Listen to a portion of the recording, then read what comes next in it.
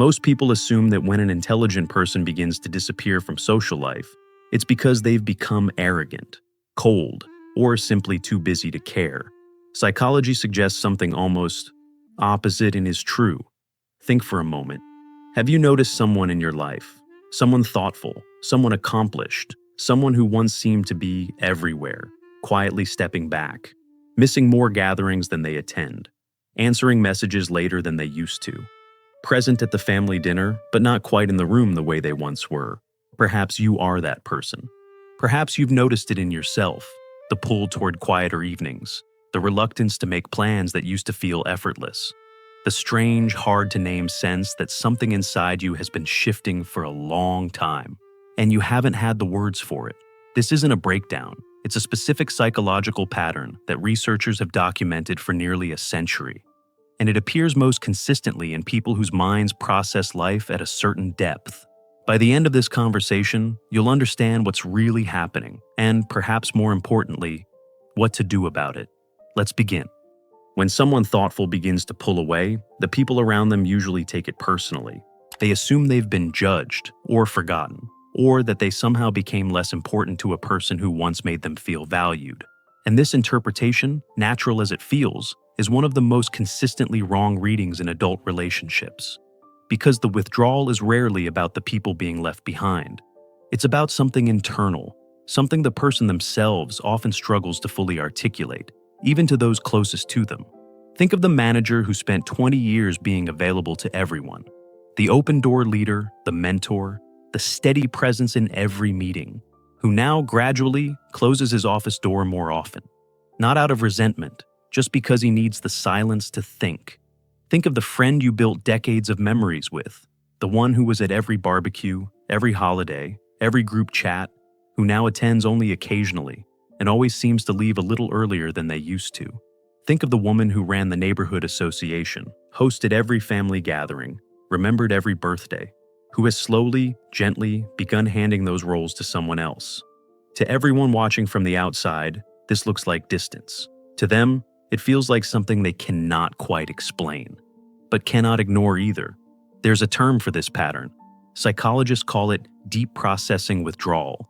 But in everyday life, it just feels like being tired of performing a version of yourself that used to come easily, and no longer does. If this sounds familiar, you're not the only one. And what's actually driving it is stranger than most people realize. Highly intelligent, deeply reflective people process information, including social information, at a depth most environments were never built to accommodate. Their minds don't just hear what's being said, they register the subtext underneath it, the small contradictions between someone's words and their tone, the emotional undercurrents no one names, the tensions in a room that everyone else walks through without noticing. Most people move through their social lives at the surface, and for them, the surface is enough. Someone with depth cannot stay there for long. Research on adults with high cognitive complexity consistently shows something worth pausing on. These individuals tend to prefer meaningful, one-on-one conversation over group settings. They experience social exhaustion earlier than others. They often describe long stretches of ordinary interaction as draining in a way that surprises even them. This isn't arrogance, and it isn't a personality flaw. It's cognitive load. The mind is doing more work during ordinary contact than most people can see. You may have noticed it yourself, feeling unusually drained after conversations others described as pleasant, craving silence at the end of the day, the way a thirsty person craves water, losing patience for the kind of small talk you once tolerated without a second thought. I remember reading about a man in his late 50s who told his therapist, "I spent 30 years being the guy everyone called. Now I don't even answer my phone. And I feel guilty about it, but I also feel lighter." His therapist said something important. That's not depression, that's honesty catching up with you. Many people reach this point and never find those words for it, which is why the disappearance often begins before they even notice it's happening. 3 quiet signs tend to appear when this pattern is underway. The first, you begin canceling more than you attend. Not because you've stopped caring, but because the anticipation of the event, the getting ready, the being fully present, the warmth you're expected to bring, costs more energy than the gathering itself gives back. So, you decline, you stay home, and even when you feel a flicker of guilt, Another part of you relaxes the moment the plan disappears from the calendar. The second, your inner world begins to feel louder than your outer one. The conversations you're having in your own mind, with yourself, with the ideas you've been turning over, with the questions you've been chewing on for months, start to feel more real than the ones you're having out loud. You may find yourself present at a dinner, but somewhere else entirely inside. The third, you stop reaching out, not from pride, not from resentment, from a slow, cumulative fatigue that has been building for longer than you can pinpoint. Initiating contact used to feel natural. Now, every initiation feels like lifting something heavy. So, you wait for others to reach out. And when they don't, a small part of you is relieved. Each of these signs points to the same underlying process. A nervous system that has begun conserving energy. A mind that has quietly decided to protect its remaining reserves. Pulling back in these moments doesn't always mean you're breaking down. Sometimes it means your life is finally catching up with who you actually are. Now, this pattern isn't new. In fact, one of the most important psychologists of the last century described it almost 100 years ago, and what he said might surprise you. Psychiatrist Carl Jung, who founded analytical psychology, described a stage of adult life he called individuation. A person slowly turns inward, often without realizing it, and begins to shed the identities they built for others, the roles they performed, the version of themselves they became to fit in, to be liked, to meet expectations. What comes out underneath is something more honest, something closer to who they actually are, beneath the years of accommodation. Jung believed this was one of the most important passages of a human life. He also believed it almost always required withdrawal, not permanent isolation, not the ending of relationships, but a season, sometimes long, sometimes disorienting, of stepping back from the outer world in order to hear something quieter underneath, something that had been drowned out for years. You may recognize this pattern in people you know. The successful executive who suddenly loses interest in the status he spent 30 years building. The outgoing woman who wakes up in her 50s craving solitude she never wanted before. The father who has always been the family anchor and now finds himself needing more time alone than he can quite explain to his adult children. From the outside, these people can appear to be going through some kind of crisis. Some are told exactly that. From the inside, they are usually going through the opposite of a crisis. They are going through a becoming. Jung believes skipping this passage, remaining loyal to a version of yourself that no longer fits, was one of the quieter tragedies a person could carry into old age. This isn't you becoming less. It may be you quietly becoming more honest with yourself. When thoughtful people begin to disappear from the roles they've long carried, they are almost always undergoing a fundamental reshaping of who they are. The old version, the one who was always available, always accommodating, always saying yes when a quieter voice inside wanted to say no, is not being destroyed. It is being retired, not overnight, not dramatically, simply piece by piece, year by year. And this is where most people get it wrong. This isn't cold detachment. It isn't the loss of warmth or care. It is a person becoming emotionally honest in a way they weren't allowed to be when they were younger, when there were mortgages to pay, children to raise, aging parents to care for, careers to maintain. All of those responsibilities were real, and meeting them cost something that only becomes visible later when the pressure begins to ease. During periods of major change, the brain physically needs solitude to process what's happening. Sleep becomes more important. Silence becomes more important. This isn't a preference. It's a genuine biological need.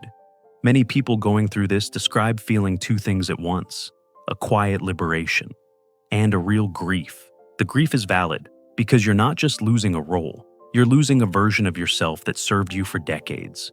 Even if it exhausted you, both are true. Both are usually happening at the same time. Now, let me be clear about something. This pattern can be misused. It can become an excuse, and I don't want that for you. If you're disappearing from everything, including your responsibilities, your commitments, the people who genuinely need you, that's not growth. That's escape. But if you're simply choosing less noise so you can be more present for what actually matters, that isn't selfishness. That's stewardship. It's what happens when someone finally begins to protect the resources they've been giving away without limit for most of their adult life. The difference between growth and escape comes down to one thing: Growth makes you more available to what matters, even if it makes you less available to what doesn't. Escape makes you less available to everything, including yourself. If your withdrawal is making your inner life clearer, more honest, more your own, you're likely doing the real work. If it's making everything feel numb, that's something different, and that deserves attention. Both are worth naming clearly. So, what do you actually do with all of this? Understanding a pattern is one thing, living with it well is another. Here are 5 things worth considering. 1. Give yourself permission. You don't need to apologize for needing space. You don't need to explain yourself to everyone who asks why you've been less available lately. You've earned the right to protect your own energy without justification. 2. Have one honest conversation with the 2 or 3 people who matter most, not the whole circle, just the ones whose understanding you actually need. Tell them the truth, not that you've stopped caring, but that you're going through a season of needing more solitude than you used to. Most of them will understand more than you expect. 3. Choose quality over quantity. The energy you have left is real, and it's finite. Invest it in the few relationships that give something back, the ones that meet you at the depth you actually live at. Let the shallow obligations gently release. 4. Expect guilt. It will come. Not because you're doing something wrong, but because you're doing something different. Guilt is the cost of changing. Let it come. Let it pass. Just don't let it make the decision for you. It's not a sign you're wrong, it's a sign you're different. 5. Stay open to re-entry. This season isn't permanent. At some point, you may feel the pull back toward connection, but on your own terms. Smaller gatherings, deeper conversations, fewer people. These are not steps to complete once. They are practices to return to. Before we close, let me offer you a few questions worth sitting with. Have you noticed yourself stepping back from roles you once carried without thinking? Do conversations that used to energize you now feel expensive, not in time, but in emotional cost? Is the version of you that showed up for everyone quietly running out of fuel? If the honest answer to any of those is yes, you may not be shutting down. You may be shifting. Some of the most important seasons of a life happen quietly, in the exact space where a person finally stops performing and starts becoming. That season is uncomfortable, often lonely, almost always disorienting, but it is not the end of anything worth keeping. It is the beginning of a version of you that has been trying to surface for a very long time. People who step back aren't disappearing. They're making room for what actually matters. If this helped you put words to something you've been feeling for years, share it with someone who needs to hear it. There is someone in your life right now who has been going through this alone, wondering what's wrong with them. Nothing is wrong with them. And this video might be the language they've been waiting for. And if you want to go deeper, subscribe to UNFELT. We explore the patterns nobody talks about, the exhaustion, the retreat, the transformation, with the depth these things actually deserve. Tell me in the comments, are you the one who stepped back, or the one still trying to understand why someone you love has grown distant? Because growing older isn't about losing connection. It's about choosing which connections are worth keeping.